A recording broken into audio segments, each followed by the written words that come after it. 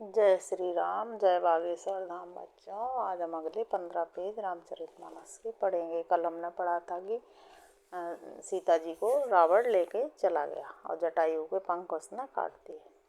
जरा देर ठहरो राम, तमन्ना यही है, अभी हमने जी भर के देखा नहीं है, अभी हमने जी भर के देखा नहीं है। जय श्री राम। जिस प्रकार कपट मृग के साथ श्री राम जी दौड़ चले थे, उसी छवि को हृदय में रखकर वे हरि नाम रटती रहती हैं। श्री रघुनाथ जी ने छोटे भाई लक्ष्मण जी को आते देखकर बाह रूप में बहुत चिंता की। हे भाई, तुमने जानकी को अकेली छोड़ दिया और मेरी आज्ञा का उल्लंघन कर यहाँ चले आए। राक्षसों के झुंड वन में फिरते रहते हैं। मेरे मन में ऐसा आता है कि सीता आश्रम में नहीं है। छोटे भाई लक्ष्मण जी ने श्री राम जी के चरण कमलों को पकड़कर हाथ जोड़कर कहा, हे नाथ, मेरा कुछ भी दोष नहीं है। लक्ष्मण जी सहित प्रभु श्री राम जी वहाँ गए जहाँ गोदावरी के तट पर उनका आश्रम था।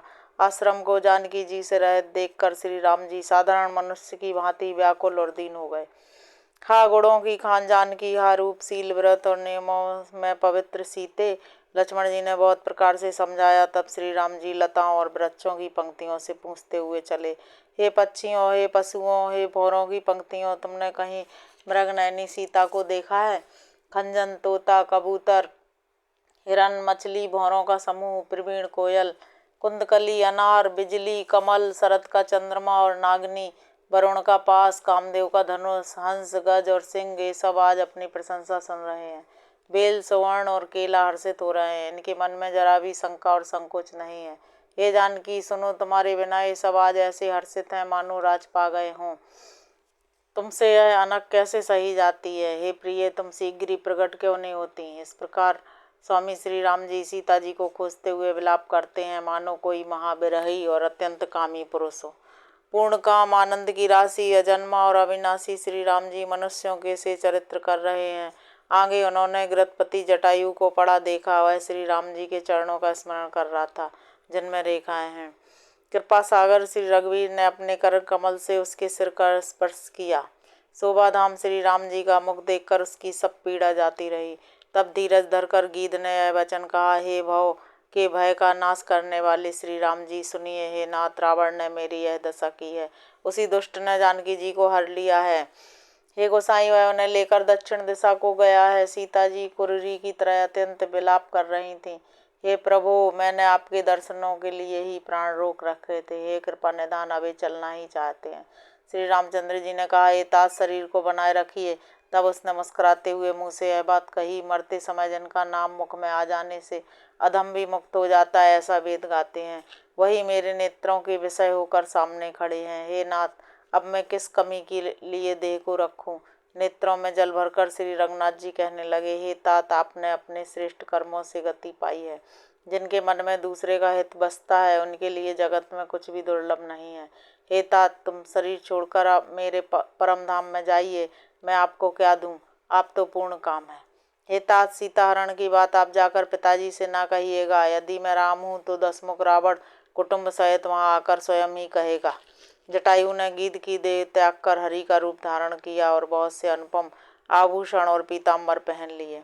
श्याम शरीर है, विशाल चार भुजाएं और नेत्रों में जल भरकर वह स्तुति कर रहा है। हे राम जी, आपकी जय हो। आपका रूप अनुपम है। आप निर्गुण है, सगुण है और सत्य गुणों के प्रेरक हैं। 10 सिर वाले रावण की प्रचंड भुजाओं को खंड खंड करने के लिए प्रचंड बाण धारण करने वाले, पृथ्वी को सुशोभित करने वाले, जलयुक्त मेघ के समान श्याम शरीर वाले, कमल के समान मुख और कमल के समान विशाल नेत्रों वाले, विशाल भुजाओं वाले और भाव भय से छुड़ाने वाले कृपालु श्री राम जी को मैं नित्य नमस्कार करता हूँ। आप अपरिमित बल वाले हैं, अनादि अजन्मा व्यक्त, एक अगोचर गोविंद, इंद्रियों से अतीत, द्वंद्वों को हरने वाले, विज्ञान की घन मूर्ति और पृथ्वी के आधार हैं तथा जो संत राम नाम मंत्र को जपते हैं, उन अनंत सेवकों के मन को आनंद देने वाले हैं। उन निष्काम प्रिय तथा काम आदि दुष्टों के दल का दलन करने वाले श्री राम जी को मैं नित्य नमस्कार करता हूँ। जिनको श्रुतियाँ निरंजन ब्रह्म व्यापक, निर्विकार और जन्म रहित कहकर गान करती हैं। मुनि जिन्हें ध्यान, ज्ञान, वैराग्य और योग आदि अनेक साधन करके पाते हैं, वे ही करुणा कंद शोभा के समूह प्रकट होकर जड़ चेतन समस्त जगत को मोहित कर रहे हैं। मेरे हृदय कमल के भ्रमर रूप उनके अंग अंग में बहुत से कामदेवों की छवि शोभा पा रही है, जो अगम और सुगम है, निर्मल स्वभाव है, विषम और सम है और सदा शीतल हैं। मन और इंद्रियों को सदा बस में करते हुए योगी बहुत साधन करने पर जिन्हें देख पाते हैं, वे तीनों लोकों के स्वामी रमा निवास श्री राम जी निरंतर अपने दासों के बस में रहते हैं। वे ही मेरे हृदय में निवास करें, जिनकी पवित्र कीर्ति आवागमन को मिटाने वाली है। अखंड भक्ति का वर मांगकर गृधराज जटायु श्री हरि के परम धाम को चला गया। श्री रामचंद्र जी ने उसकी क्रियाएं यथा योग्य अपने हाथों से की। श्री रघुनाथ जी अत्यंत कोमल चित्त वाले, दीन दयालु और बिना ही कारण कृपालु हैं। गीध, अधम पक्षी और मांसाहारी था, उसको भी वह दुर्लभ गति दी जिसे योगी जन मांगते रहते हैं। हे पार्वती सुनो, वे लोग अभागे हैं जो भगवान को छोड़कर विषयों से अनुराग करते हैं। शिव जी कहते हैं, फिर दोनों भाई सीता जी को खोजते हुए आगे चले। वे वन की सघनता देखते जाते हैं। वह सघन वन लताओं और वृक्षों से भरा है, उसमें बहुत से पक्षी, मृग, हाथी और सिंह रहते हैं। श्री राम जी ने रास्ते में आते हुए कबंध राक्षस को मार डाला। उसने अपने साप की सारी बात कही। दुर्वासा जी ने मुझे साप दिया था, अब प्रभु के चरणों को देखने से वह पाप मिट गया। श्री राम ने कहा, हे गंधर्व सुनो, मैं तुम्हें कहता हूँ, ब्राह्मण कुल से द्रोह करने वाला मुझे नहीं सुहाता। मन, वचन और कर्म से कपट छोड़कर जो भूदेव ब्राह्मणों की सेवा करता है, मुझ समेत ब्रह्मा शिव आदि सब देवता उसके बस में हो जाते हैं। साप देता हुआ, मारता हुआ और कठोर वचन कहता हुआ भी ब्राह्मण पूजनीय है, ऐसा संत कहते हैं।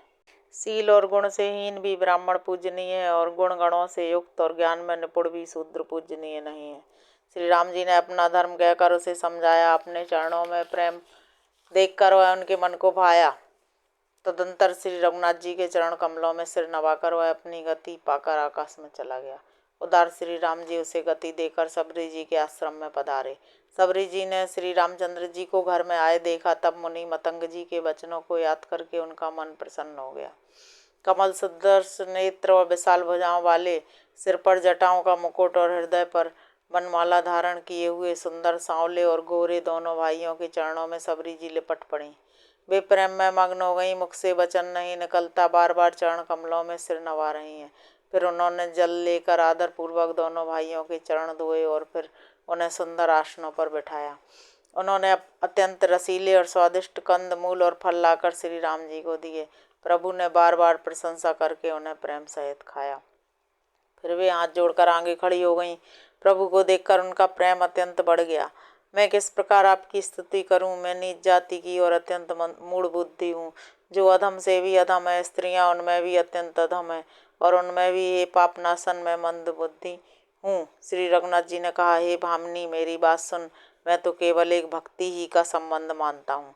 जाति पाति, कुल, धर्म, बड़ाई, धन, बल, कुटुंब, गुण और चतुरता, इन सब के होने पर भी भक्ति से रहित मनुष्य कैसा लगता है, जैसे जलहीन बादल दिखाई पड़ता है।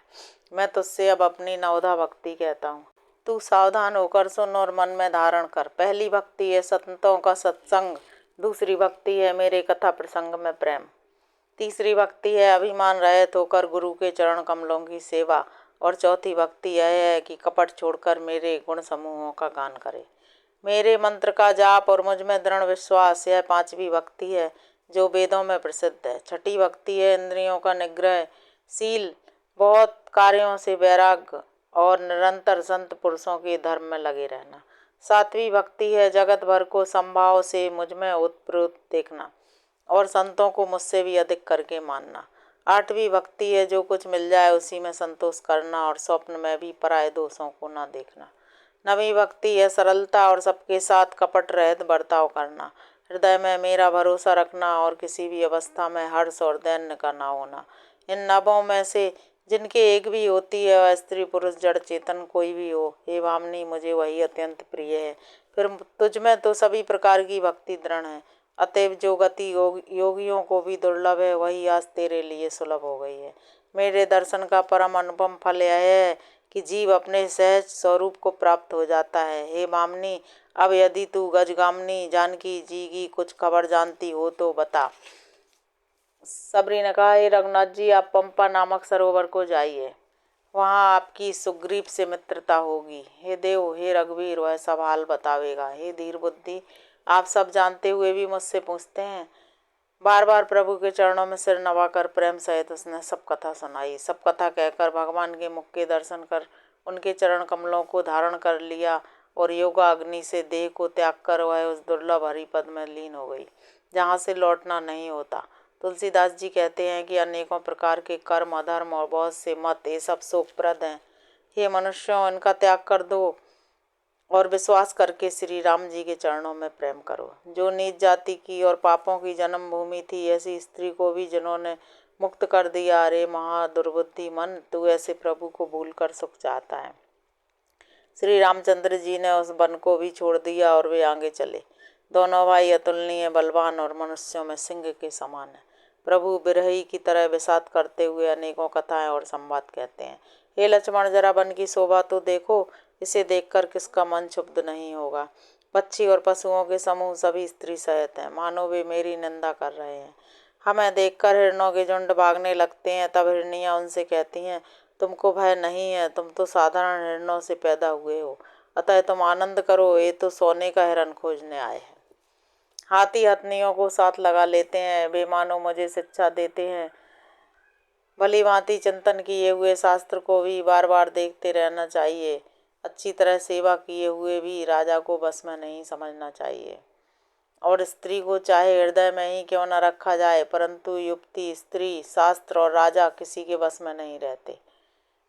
हे तात, इस सुंदर बसंत को तो देखो, प्रिया के बिना मुझको यह भय उत्पन्न कर रहा है।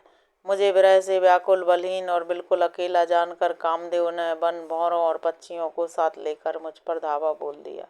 परंतु जब उसका दूत यह देख गया कि मैं भाई के साथ हूँ, तब उसकी बात सुनकर कामदेव ने मानो सेना को रोककर डेरा डाल दिया है। विशाल वृक्षों में लताएं उलझी हुई ऐसी मालूम होती हैं, मानो नाना प्रकार के तंबू तान दिए गए हैं। केला और ताड़ सुंदर ध्वजा पताका के समान है, इन्हें देखकर वही नहीं मोहित होता जिसका मन धीर है। अनेकों वृक्ष नाना प्रकार से फूले हुए हैं, मानो अलग अलग बाना धारण किए हुए बहुत से तीरंदाज हों। कहीं कहीं सुंदर वृक्ष शोभा दे रहे हैं, मानो योद्धा लोग अलग अलग होकर छावनी डाले हों। कोयलें कूज रही हैं, वहीं मानो मतवाले हाथी हैं। ढेक और महोक पक्षी मानो ऊंट और खच्चर हैं। मोर, चकोर, तोते, कबूतर और हंस मानो सब घोड़े हैं। तीतर और बटेर पैदल सिपाहियों के झुंड हैं। कामदेव की सेना का वर्णन नहीं हो सकता। पर्वतों की शिलाएं, रथ और जल के झरने नगाड़े हैं। पपीहे, भाट है जो गुण समूह का वर्णन करते हैं। भौरे की गुंजार बैरी और सहनाई है। शीतल, मंद और सुगंधित हवा मानो दूत का काम लेकर आई है। इस प्रकार चतुरंगड़ी सेना साथ लिए कामदेव मानो सबको चुनौती देता हुआ विचर रहा है। हे लक्ष्मण, कामदेव की सेना को देखकर जो धीर बने रहते हैं, जगत में उन्हीं की प्रतिष्ठा होती है। इस कामदेव के एक स्त्री का बड़ा भारी बल है, उससे जो बंचा है वही श्रेष्ठ योद्धा है। हे तात, काम, क्रोध और लोभ ये तीन अत्यंत प्रबल दुष्ट हैं। ये विज्ञान के धाम मुनियों के भी मनों को पल भर में क्षुब्ध कर देते हैं। लोभ को इच्छा और दंभ का बल है, काम को केवल स्त्री का बल है और क्रोध को कठोर वचनों का बल है। श्रेष्ठ मुनि विचार कर ऐसा कहते हैं। शिव जी कहते हैं, ये पार्वती, श्री रामचंद्र जी गुणातीत चराचर जगत के स्वामी और सबके अंतर की जानने वाले हैं। उन्होंने कामी लोगों की दीनता दिखलाई है और धीर पुरुषों के मन में वैराग्य को दृढ़ किया है। क्रोध, काम, लोभ, मद और माया ये सभी श्री राम जी की दया से छूट जाते हैं। वह नट जिस पर प्रसन्न होता है, वह मनुष्य इंद्रजाल में नहीं भूलता। हे उमा, मैं तुम्हें अपना अनुभव कहता हूँ। हरि का भजन ही सत्य है, सारा जगत तो स्वप्न है। फिर प्रभु श्री राम जी पंपा नामक सुंदर और गहरे सरोवर के तीर पर गए। उसका जल संतों के हृदय जैसा निर्मल है। मन को हरने वाले सुंदर 4 घाट बंधे हुए हैं। भांति भांति के पशु जहाँ तहाँ जल पी रहे हैं, मानो उदार दानी पुरुषों के घर याचकों की भीड़ लगी हो। घनी पुरियों की आड़ में जल का जल्दी पता नहीं मिलता, जैसे माया से ढके रहने के कारण निर्गुण ब्रह्म नहीं दिखता। उस सरोवर के अत्यंत अथाह जल में सब मछलियां सदा एक रस सूखी रहती हैं, जैसे धर्मशील पुरुषों के सब दिन सुखपूर्वक बीतते हैं। उसमें रंग बिरंगे कमल खिले हुए हैं। बहुत से भौरे मधुर स्वर से गुंजार कर रहे हैं। जल के मुर्गे और राजहंस बोल रहे हैं, मानो प्रभु को देखकर उनकी प्रशंसा कर रहे हों। चक्रवाक, बगुले आदि पक्षियों का समुदाय देखते ही बनता है, उनका वर्णन नहीं किया जा सकता। सुंदर पक्षियों की बोली बड़ी सुहावनी लगती है, मानो जाते हुए पथिक को बुलाए लेती हूँ। उस झील के समीप मुनियों ने आश्रम बना रखे हैं, उसके चारों ओर वन के सुंदर वृक्ष हैं, चंपा, मौलसिरी, कदम्ब, तमाल, पाटल, कटहल, ढाक और आम आदि। बहुत प्रकार के वृक्ष नए नए पत्तों और पुष्पों से युक्त हैं। भंवरों के समूह गुंजार कर रहे हैं। स्वभाव से ही शीतल, मंद, सुगंधित एवं मन को हरने वाली हवा सदा बहती रहती है। कोयलें कुहू कुहू का शब्द कर रही हैं। उनकी रसीली बोली सुनकर मुनियों का भी ध्यान टूट जाता है। फलों के बोझ से झुककर सारे वृक्ष पृथ्वी के पास आ लगे हैं, जैसे परोपकारी पुरुष बड़ी संपत्ति पाकर झुक जाते हैं। श्री राम जी ने अत्यंत सुंदर तालाब देखकर स्नान किया और परम सुख पाया। एक सुंदर उत्तम वृक्ष की छाया देखकर श्री रघुनाथ जी छोटे भाई लक्ष्मण जी सहित बैठ गए। फिर वहां सब देवता और मुनि आए और स्तुति करके अपने अपने धाम को चले गए। कृपालु श्री राम जी परम प्रसन्न बैठे हुए छोटे भाई लक्ष्मण जी से रसीली कथाएं कह रहे हैं। भगवान को विरह युक्त देखकर नारद जी के मन में विशेष रूप से सोच हुआ। मेरे ही शाप को स्वीकार करके श्री राम जी नाना प्रकार के दुखों का भार सह रहे हैं। ऐसे प्रभु को जाकर देखूं, फिर ऐसा अवसर न मन आवेगा। यह विचार कर नारद जी हाथ में वीणा लिए वहां गए जहां प्रभु सुखपूर्वक बैठे हुए थे। वे कोमल वाणी से प्रेम के साथ बहुत प्रकार से बखान बखान कर रामचरित का गान कर रहे थे। दंडवत करते देखकर श्री रामचंद्र जी ने नारद जी को उठा लिया और बहुत देर तक हृदय से लगाए रखा। फिर स्वागत पूछकर पास बैठा लिया। लक्ष्मण जी ने आदर के साथ उनके चरण धोए। बहुत प्रकार से विनती करके वो प्रभु को मन में प्रसन्न जानकर तब नारद जी कमल के समान हाथों को जोड़कर वचन बोले। हे स्वभाव से ही उदार श्री रघुनाथ जी, सुनिए, आप सुंदर, अगम और सुगम वर के देने वाले हैं। हे स्वामी, मैं एक वर मांगता हूँ, वह मुझे दीजिए। यद्यपि आप अंतर्यामी होने के नाते सब जानते ही हैं। हे मुनि, तुम मेरा स्वभाव जानते ही हो। क्या मैं अपने भक्तों से कभी कुछ छुपाव करता हूँ? मुझे ऐसी कौन सी वस्तु प्रिय लगती है जिसे हे मुनि श्रेष्ठ तुम नहीं मांग सकते? मुझे भक्त के लिए कुछ भी अदेय नहीं है, ऐसा विश्वास भूल कर भी मत छोड़ो। तब नारद जी हर्षित होकर बोले, मैं ऐसा वर मांगता हूँ, यह धृष्टता करता हूँ। यद्यपि प्रभु के अनेकों नाम है और वेद कहते हैं कि सब एक से एक बढ़कर हैं, तो भी हे नाथ, राम नाम सब नामों से बढ़कर हो और पाप रूपी पक्षियों के समूह के लिए यह बधिक के समान हो। आपकी भक्ति पूर्णिमा की रात्रि है, उसमें राम नाम यही पूर्ण चंद्रमा होकर और अन्य सब नाम तारागण होकर भक्तों के हृदय रूपी निर्मल आकाश में निवास करें। कृपा सागर श्री रघुनाथ जी ने मुनि से मस्तु कहा। तब नारद जी ने मन में अत्यंत हर्षित होकर प्रभु के चरणों में मस्तक नवाया। श्री रघुनाथ जी को अत्यंत प्रसन्न जानकर नारद जी फिर कोमल वाणी बोले, हे राम जी, हे रघुनाथ जी, सुनिए, जब आपने अपनी माया को प्रेरित करके मुझे मोहित किया था, तब मैं विवाह करना चाहता था। हे प्रभु, आपने मुझे किस कारण विवाह नहीं करने दिया?